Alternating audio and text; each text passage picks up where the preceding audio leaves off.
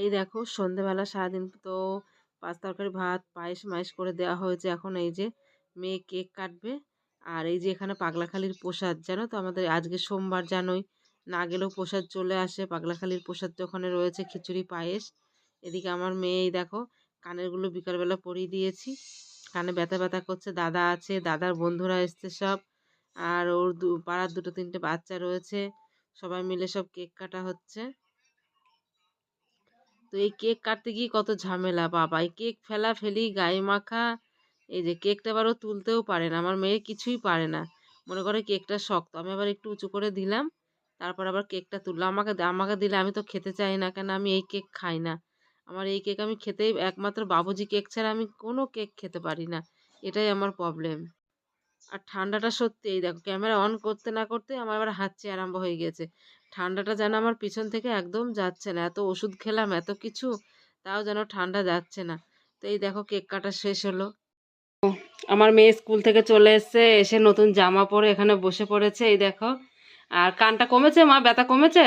কানটা ব্যথা কমেছে, কিন্তু কানটার যা মানে অবস্থা, কানের মনে হয় পড়ানো যাবে না। তো এই দেখো বাবা, এই দেখো আমি এদিকে প্রদীপ জেলে নিয়েছি, এদিকে ধান দুব্বো এগুলো সব নিয়েছি, শঙ্খ নিয়েছি। আর এই যে রুপোর বাটি চামচে পায়েস দিয়েছি, এই যে মিষ্টি, দই, মাংস। আর এখানে 5টা ভাজা, সিম ভাজা, আলু ভাজা, বেগুন ভাজা, কাঁচকলা ভাজা, মাছ ভাজা, আর একটা পালং শাকের চচ্চড়ি, ভাত। আর ডাল ঝোল তেমন কিছু করিনি, কেন ও তো এমনি এগুলোই খাবে না, ওগুলো দিতে হয় তাই দিয়েছি। আর আর হচ্ছে এই দেখো আমার মেয়েকে যে গিফটটা দিতাম, সেই গিফটের মধ্যে আছে, তো কি আছে এর মধ্যে তোমাদেরকে এখন দেখিয়ে দিচ্ছি। তো এই দেখো চেনটা খুলতে লাগলাম, একা হাতে তো হয় না, না হচ্ছে হচ্ছে হচ্ছে। তো এই দেখো এর মধ্যে কি আছে, দেখতে থাকো দেখতে থাকো একটু, এর মধ্যে কি আছে, কি আছে বলো তো ভাই।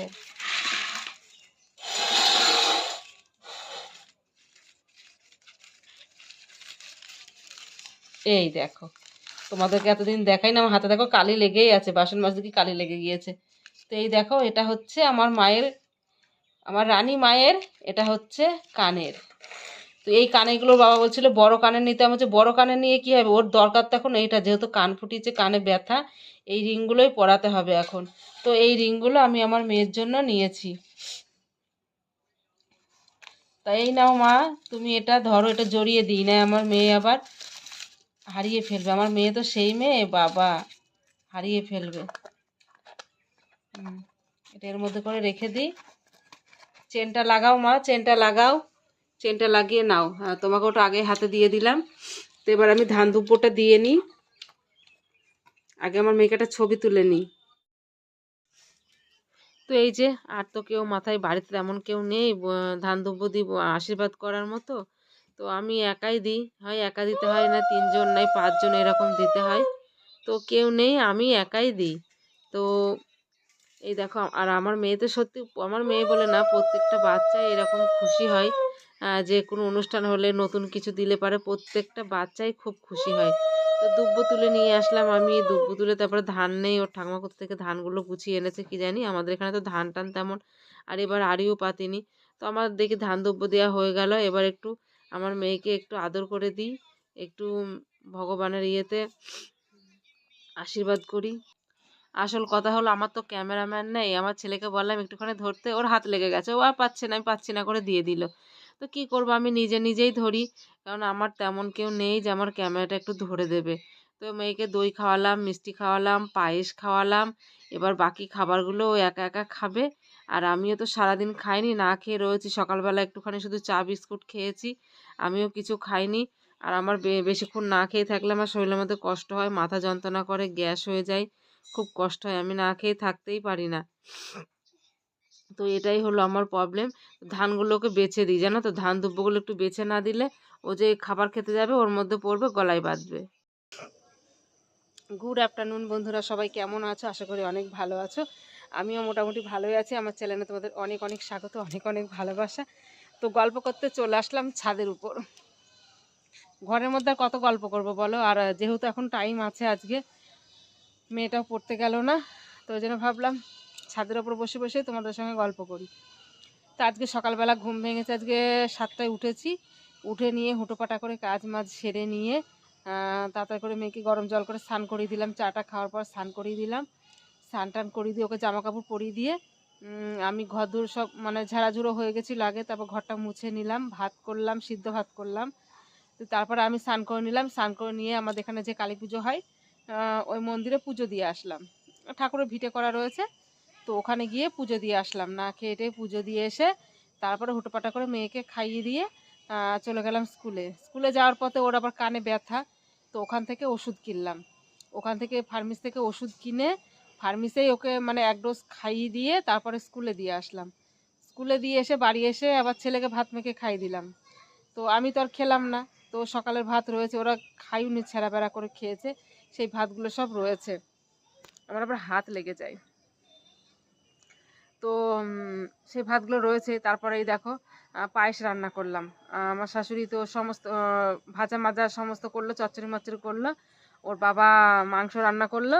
তো মেয়ে যখন স্কুলে যায় তখন ওর বাবা বলছে, আমাকে বলছে যে রত্না মাছ রুই মাছ নিয়ে আনি, আর কিছু না, আর কিছু আনবো না।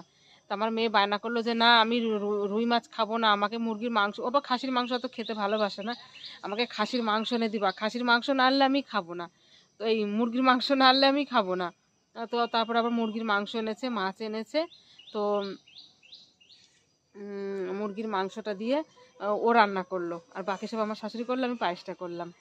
তো তার মধ্যে আবার কিস্তির ওই মেয়েটা এসছে, কিস্তির মেয়েটাকে সবার টাকা, আমাদের বাড়িতে যেহেতু টাকা দিয়ে যায়, তো টাকা মাকা হিসাব করে ওকে আবার দিলাম পায়েস রান্না করতে করতে। তারপর আমার ছেলেকে বললাম যা তুই গিয়ে নিয়ে আসগা। তো আমার ছেলে গেল, গিয়ে ওকে আবার স্কুটিতে করে নিয়ে আসলো। তো আমি ওখানে দাঁড়িয়ে আছি, তো আমাদের ঘোষ এসে বলছে তুমি যাবা নাকি মেয়েকে আনতে স্কুটিতে করে? আমি বলছি না গো, আমি স্কুটি চালাতে পারি না।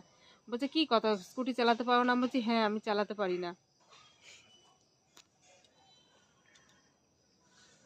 তো তারপরে হলো কি মেয়েকে নিয়ে আসলাম, এসে জামা প্যান্টটা পরিয়ে দিলাম, পরিয়ে দিত ভাত টাত দিলাম, একটু আশীর্বাদ করলাম, করে নিয়ে এখন থালামালা ধুয়ে টুয়ে নিয়ে ওকে বললাম আয় কানেরগুলো পরিয়ে দিই। তো যে কানটা মানে শুকনো ছিল ওটা তো মানে একবারে পরিয়ে দিলাম, আর যেটা কাঁচা ছিল সত্যি কাঁচা, মানে লাল ভিতরে দেখা যাচ্ছে মানে ছিদ্রটা দিয়ে, তো পরিয়ে দিলাম। আমার মেয়ে আবার বলছে ও মা এটা আয়না দেখছে, আয়না সুন্দর লাগছে কি, আয়না দেখতে ও মা বলছে কানের মধ্যে এই ছিদ্রের মধ্যে লাল, এটা কি? আমি বলছি ওটাই তো ওই মানে পেকে রয়েছে তার জন্য ওটা লাল দেখাচ্ছে, তো শুকিয়ে যাবে। তো আর 1 ডোজ ওষুধ রাতের বেলা খাইয়ে দেবো, 4 বার কানের মতো ওষুধ দিয়েছে ওকে, তো খাইয়ে দেবো, তাহলে এই ব্যথাটা কমে যাবে, যাকে হাত দিতে দিল ব্যথাটা মানে কমেছে বলে। তো তারপর আমি চলে আসলাম ছাদের উপর, ড্রেসটা চেঞ্জ করে নিলাম, ভাবলাম দুটো শর্ট ভিডিও করে নিই একবারে নাইটিটা পরবো, ওই জন্য আর মানে ছাড়লাম না। তারপরে গেছিলাম আজকে ওর একটা মানে আঁকার মাস্টার ইয়ে করব বলে, যে একটা আঁকার মাস্টারের খোঁজে, সে পেলাম না, তারপরে আর একজন একটা ঠিকানা দিল, সেই ঠিকানায় এখন দেখি যে যেতে হবে, সেখানেও একদিন যেতে হবে। কেননা ভাবছি এই যদি দিই এই মানে জানুয়ারি থেকেই দিয়ে দেবো, কেননা আঁকাটা ছোটো থেকেই শেখাটা ঠিক আছে, তো দিতে পারিনি, তো ওই জন্য ভাবছি যদি আঁকাটা দিই এই জানুয়ারি থেকেই দেবো, তাই খুঁজছিলাম একটা আঁকার মাস্টার। তো যাই হোক বন্ধুরা, সবাই ভালো থেকো, সুস্থ থেকো, সন্ধ্যা লেগে আসছে। তো বাকি গল্প, অনেক গল্প করলাম, বাকি গল্প নেক্সট ব্লগে তোমাদের সঙ্গে অনেক অনেক গল্প করব, সবাই সঙ্গে থেকো। তো ঠিক আছে, রাখি, বাই।